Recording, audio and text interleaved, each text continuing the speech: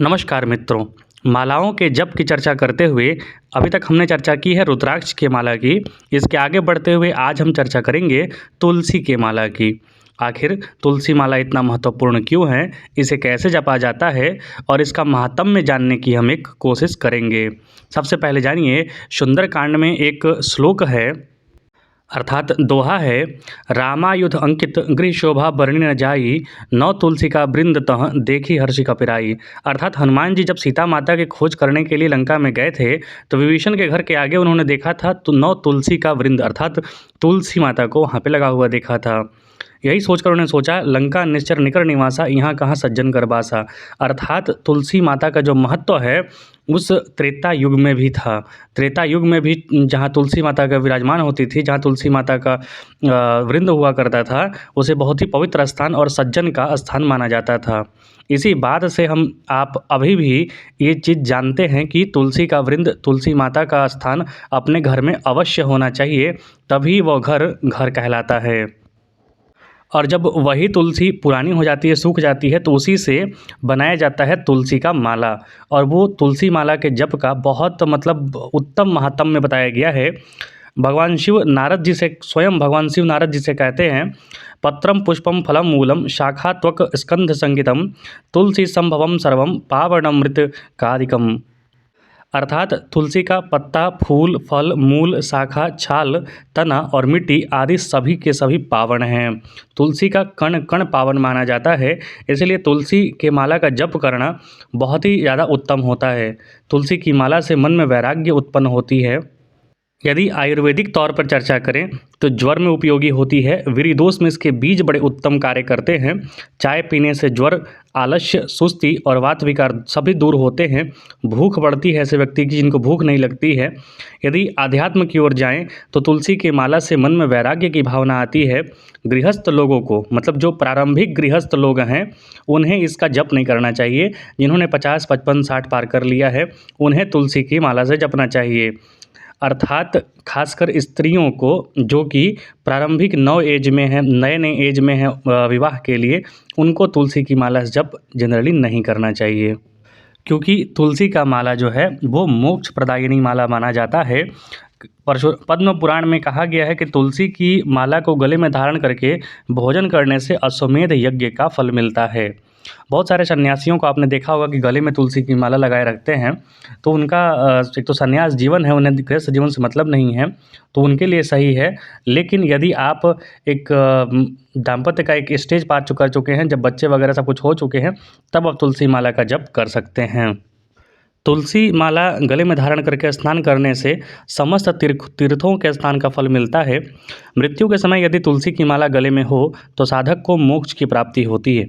तुलसी की माला से भगवान विष्णु, श्री कृष्ण की उपासना और भगवान राम की भी उपासना की जाती है। इस बार आप हनुमान जी का भी मंत्र जप सकते हैं। तुलसी के बीजों की माला बहुत ही लाभदायक होती है। वो मुख्य रूप से दो प्रकार की होती है, श्याम तुलसी और राम तुलसी। जो देखने में थोड़ा काली जिसका पत्ता हो जाता है वो श्याम तुलसी, और जो हरा तुलसी जो होता है उसे राम तुलसी कहते हैं। श्याम तुलसी अपने नाम के अनुसार ही श्याम वर्ण की होती है और राम तुलसी हरित वर्ण की होती है। तुलसी और चंदन की माला भगवान विष्णु, राम और कृष्ण से संबंधित होता है। ओम विष्णुवे नमः का भी जाप इस पर आप कर सकते हैं। श्याम तुलसी की माला धारण करने से विशेष रूप से मानसिक शांति की प्राप्ति होती है। ईश्वर के प्रति श्रद्धा भक्ति बढ़ती है और सकारात्मक भावना भी बढ़ती है।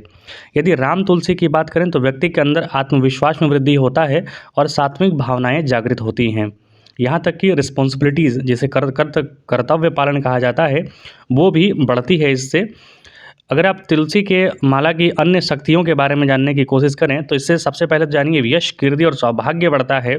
शालिग्राम पुराण में कहा गया है कि तुलसी की माला भोजन करते समय अनेक यज्ञों का पुण्य देती है, जैसा कि पद्म पुराण में भी बताया गया था।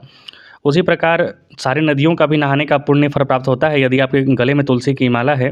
तुलसी की माला पहनने से बुखार, जुकाम, सर्दी, चमड़ी के रोग वगैरह ठीक होते हैं। अकाल मौत नहीं होती है, ऐसी धार्मिक मान्यता है। भगवान विष्णु को तुलसी की माला बहुत प्रिय होती है, भगवान तुलसी प्रिय होती है क्योंकि जो प्रसाद होता है उसमें तुलसी, बिना तुलसी के भगवान विष्णु जो है प्रसाद ग्रहण नहीं करते हैं। और ऐसे भी कहा जाता है महाप्रसाद जननी सर्व सौभाग्यवर्धिनी आधि व्याध जरा मुक्तिम तुलसी त्वाम नमोस्तुते। अर्थात तुलसी माता को प्रणाम करने का जो ये मंत्र है, उसका मंत्र जो मैंने आपको बताया अभी, महाप्रसाद जननी अर्थात महाप्रसाद को जननी जन्म देने वाली, महाप्रसाद जननी सर्व सौभाग्यवर्धिनी सारे सौभाग्य को बढ़ाने वाली तुलसी माता को प्रणाम करते हैं। ऐसे तुलसी माता का महात्म्य है। तुलसी का माला का जप ज़रूर करना चाहिए, खासकर जब आप मोक्ष प्राप्ति की ओर बढ़ रहे हों, खासकर जब आप दाम्पत्य जीवन में सब कुछ प्राप्त कर चुके हों और धीरे धीरे शांति की ओर, मोक्ष की ओर और सर्वत्र कल्याण की ओर बढ़ रहे हैं। इसके अलावा घर में यदि क्लेश हो, परेशानी हो, तो उसका नाश करने का भी एक मंत्र जो होता है, ओम कृष्णाय शरणम मम या कृष्णाय वासुदेवाय हरिये परमात्मने प्रणतः क्लेशनाशाय गोविंदाय नमो नमः। इसका जप भी आप इसी माला पर कर सकते हैं, तुलसी माला पर कर सकते हैं। तुलसी माला पर आप सीताराम सीताराम या फिर सिर्फ राम राम जप सकते हैं। यदि हनुमान जी की आराधना करना चाहते हैं तो भी यहाँ पर हो जाए, इस माला पर हो जाता है।